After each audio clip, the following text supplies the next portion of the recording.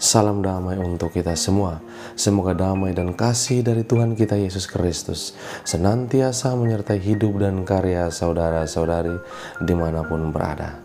Hari Minggu ini kita sudah memasuki hari Minggu biasa yang ke-21. Dan mari kita bersama-sama mendengarkan dan juga merefleksikan bacaan Injil suci Tuhan kita Yesus Kristus pada hari ini.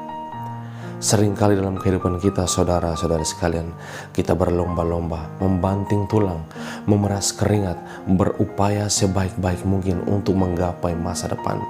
Setiap orang tua pasti memimpikan masa depan anak-anaknya yang cemerlang, masa depan anak-anaknya yang lebih besar daripada orang tuanya, dan juga kesuksesan dalam setiap usaha di hari-hari esok kehidupan kita. Kita berusaha memberikan atau mengirimkan anak-anak kita bersekolah ke tempat yang istimewa dengan harapan akan masa depan dan pekerjaan serta kesuksesan dan kebahagiaan di hari esok nanti.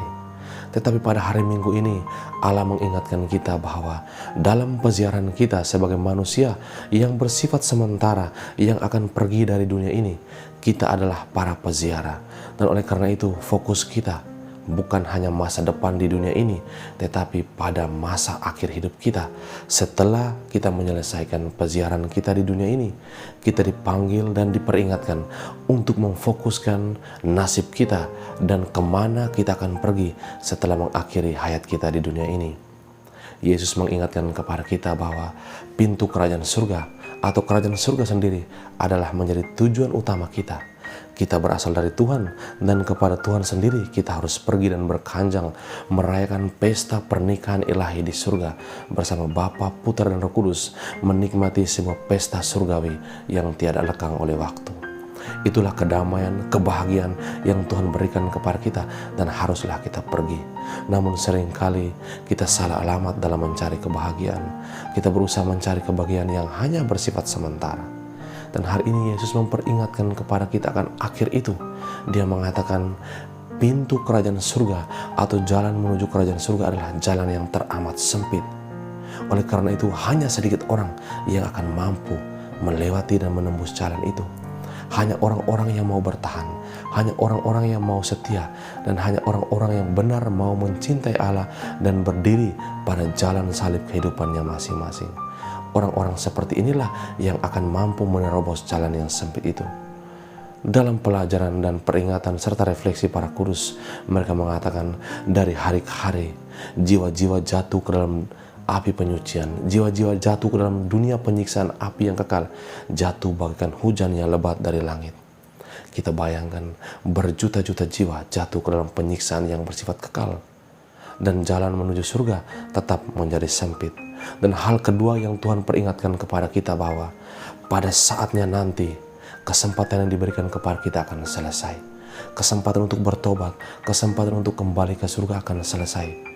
Dengan pernyataan dalam bacaan Injil hari ini bahwa pada saatnya pintu itu akan ditutup dan kita akan dibiarkan di luar kerajaan surga. Kita tidak akan pernah memasuki kerajaan surga dan menikmati kebahagiaan yang ada, sebab kita tidak punya hak lagi, kita tidak mempunyai kesempatan, sebab kita lalai membangun kerajaan Allah di dunia ini, menginvestasikan kehidupan dan kepentingan jiwa kita setelah kematian kita. Mari kita berjaga-jaga, berhati-hati, menginvestasi keselamatan kita dengan mendengarkan sabda Allah, menaati segala firman-Nya, dan menjadi diri kita instrumen keselamatan seperti Kristus kepada dunia. Dan saudara-saudari sekalian yang terkasih, sebuah pesan yang sangat menyentuh hati yang diperdengarkan kepada kita hari ini, yaitu bahwa ketika engkau memanggil Tuhan, Tuhan, engkau yang pernah mengajar dalam gereja kami, engkau yang berikan sabdamu dalam gereja dalam perayaan Ekaristi, kenapa engkau tidak mengenal kami? Tuhan akan tetap menjawab, pergilah engkau hamba yang tidak berguna, aku tidak mengenal engkau. Arti dari perkataan ini, Bapak, Ibu, Saudara-saudari sekalian, bukan soal kita mengenal Allah, bukan hanya soal kita mendengarkan sabda Allah, bukan hanya kita mengimani Kristus dalam kata-kata belaka, tetapi proses pendengaran kita harus dihayati dalam kehidupan kita dengan dibuktikan dalam tindakan ketaatan iman kita pada Kristus. Kita harus mampu menjalin relasi yang intim bersama Kristus, barulah di sana kita mampu mengenal Kristus.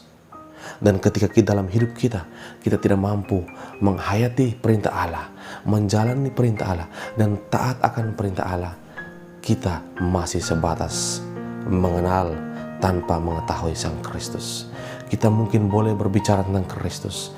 Kita mungkin sering mendengar tentang Kristus bersabda dalam ekaristi dan doa-doa kita.